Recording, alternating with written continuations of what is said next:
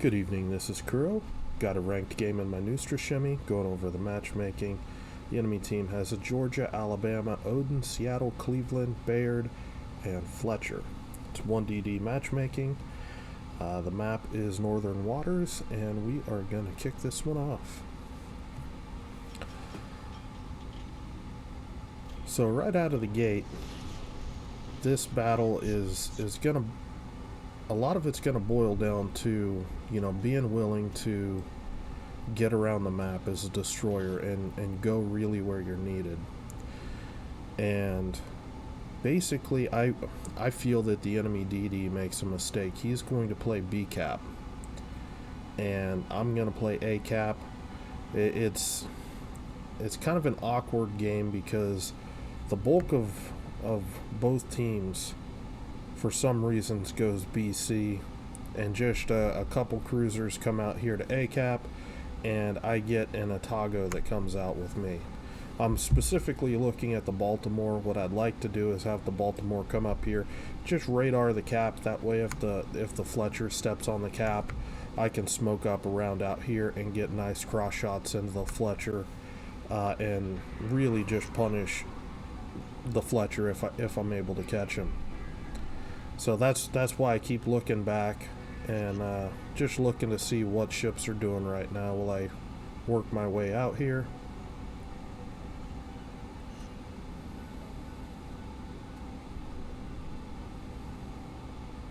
And you can see Baltimore still AFK, and that just makes me frown. And basically how I plan to compensate for that is, instead of being able to use the Baltimore's concealment, I am just going to, or the Baltimore's radar to provide the vision here, I'm going to have to rely on my 5.6 kilometer circle. And you can see we've already confirmed there's at least one radar cruiser coming out here now. I am going to launch torps here. These torps aren't actually aimed at the, it's going to be a Cleveland that pops up here. They're actually aimed at catching the Seattle, because U.S. cruisers love to hang out around this point here and just fire over it. So you can see, I'm pretty sure that Cleveland isn't going to push into the cap, but I'm just trying to cover this arc with my torpedoes. I know there's one other ship trailing along, and it's really common that the second ship in a line won't activate their hydro.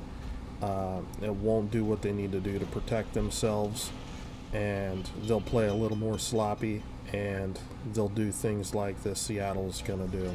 And that's one of the reasons why sometimes it's better to target the second ship in a line, because he's thinking Cleveland just came through here, it's fine. Nah, Neustrashimy torps, they're killers. With this build, it's 68 knots with 1.3 kilometer visibility, 7.3 seconds of reaction time. It's absolutely lethal. That, and they also have more than 17,000 hit points worth of alpha damage. They hit pretty hard. So we've bagged the Seattle. I'm just going to go ahead and take the cap.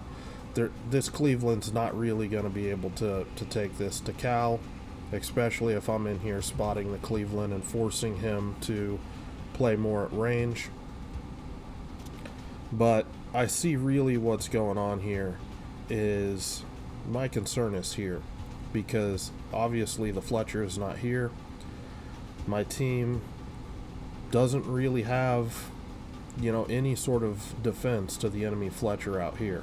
The Baltimore, he's on the wrong side, and you can see there's the enemy Fletcher. He's moving out to the flank. Now, this is part of the reason why the enemy team's going to have a complicated time. This Fletcher moving out here, what has he done in this amount of time? I've got a Richelieu that's got a little bit of damage. I can't really see all the ships yet out on the flank there. But you know, I've already bagged the Seattle, bagged a cap, and already, you know, starting to make my run back across the map. Now, I have a feeling I'm going to pick up this Cleveland coming around because the Cleveland seems to be just abandoning the flank. And you can see I'm angling away expecting that I might get radared. But this is what I'm looking for. I want to cover his escape with torpedoes. Once my torpedoes are off, there's no point in me staying within radar range of this Cleveland, so I just fall back outside 9 kilometers and continue to make my way across the map. And I mean, I'm a destroyer. There's very few. I mean, there's very few things in this battle that can keep up with my speed. Even though I am maneuvering a bit, even though I'm not on speed boost, you know. And once again, these things are killers.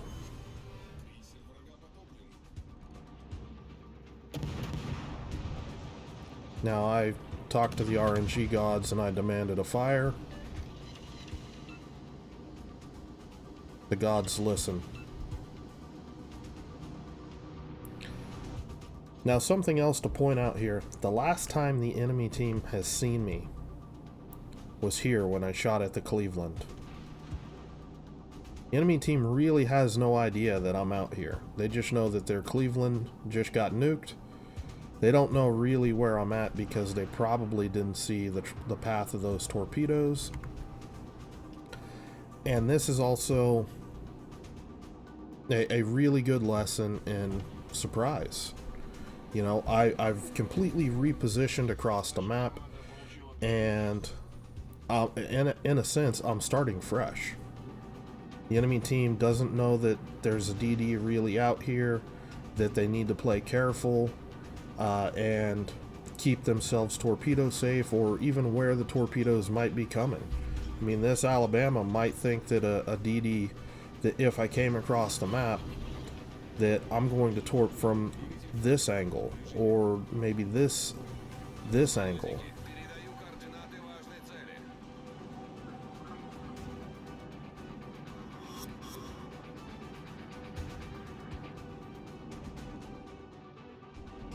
So not the best torpedo angle. I'm just going to launch a really tight volley there, and then I'm just going to rotate out here because this is what I'm looking to do. I'm looking to defend CCAP. I know there's an enemy Fletcher out there. I don't know how much HP he has, but I know that I'm going to have to work to defend this cap. You know, my team's kiting out pretty substantially, and you know, this game's still fairly close as far as ship-wise. We've got a low HP St. Louis. The enemy team very easily could pull their way back in this. And I'm taking a look at my torps. I'm just trying to get an idea of, you know, am I going to have to worry about an Alabama pushing me from behind while I go to pick this fight? I do land 2 torp hits. He is going to blow his damage control on this flood. And that has done a pretty good number on this Alabama. And I can tell without looking by up here. I've got my mods so I can kind of see where things are at right now. And I like this because it doesn't take up a lot of room on my screen. So when I'm looking at what are planes doing, everything I got in here is minimized and open so I can see, you know, what the planes are doing. And just try to maximize my field of view. Same thing with the mods eliminating the binocular frames around this. I like, you know, nice open field of view when I'm playing with my mods and playing competitively. So here I am shifting. Well, I'm using AP and just trying to tag the stern of the Georgia. All I really did here was my torps were on cooldown. I wanted to get some pressure into this guy. Fletcher pops up. That tells me I need to get moving. But I'm just going to pause it right here. So I'm just using the AP here to create a crossfire because This Georgia, to angle to me, he's got to turn and give enough broadside to the North Carolina. The North Carolina can punish him. Now that the Fletcher's up, it's, that's obviously going to be a priority target for me. I'm kiting out of my smoke, just dropping a fan spread of torps, and I'm just going to fall back and use my my smoke as just a curtain to keep me concealed from these guys. This Georgia, he's starting to turn out, and he's going to eat. He eats a torp there. Just want to make sure that I get around these torps, and then I'm just going to go and derp some HE into the superstructure of that Georgia. Able to put him down, and now I found my Fletcher. Now you can see clearly here. Look at how black the hole is on the Fletcher. If I hit up here, I do reduced amounts of damage. You look at what I've done out here. I've landed 4 out of 4 shells, 2079 HP in this unsaturated section of the Fletcher. I'm going to kill this Fletcher so much faster if I hit this bright area of the ship rather than the black area of the ship. So that's where you're going to see me just focus.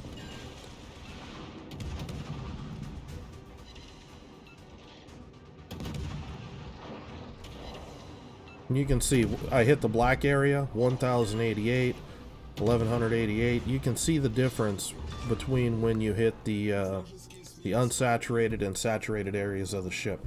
That is a real secret to being really good at fighting destroyers, is looking at the saturated sections of the enemy ship and being able to hit those areas or avoid saturation where you do reduce levels of damage. But at this point, this game's in the bag. The enemy Bayard is going to finally put down our Tikal. But at this point, this Bayard, as fast as he is, he shifted across the map. He still had to fight for ACAP. He's not really going to be able to influence the battle. 9,094, 9,900. And you see just how much faster you can get around the map in a DD, even compared to something as fast as a Bayard. By the time that he made it out there, we passed each other right in here. I've already, bagged kill number 3 and 4 on the Georgia and the Fletcher, and already back up, halfway to his cap by the time he's finished off, the Otago out here, and that's going to be the end of this game. So don't become too fixated on a single point in a map and in a destroyer. Flex around the map, because there's many times you're going to find a situation where you're not really being productive in one area of the map, but you relocate, half a map, to the other side of the map. All of a sudden, they're not expecting you. The damage just rains from the heavens, and you're able to do everything that you need to do to win that flank. And it only took me, a minute, less than 2 minutes for sure, to get across the map here. It's worth that time to go where you're going to be productive. Now, it happened in this case that there really wasn't much left on this flank, but I could have hung out there and just defended the cap. And instead, I chose to go the route that I did, and it worked out better for my team. So, anyway, if you guys have any questions or comments, leave them below.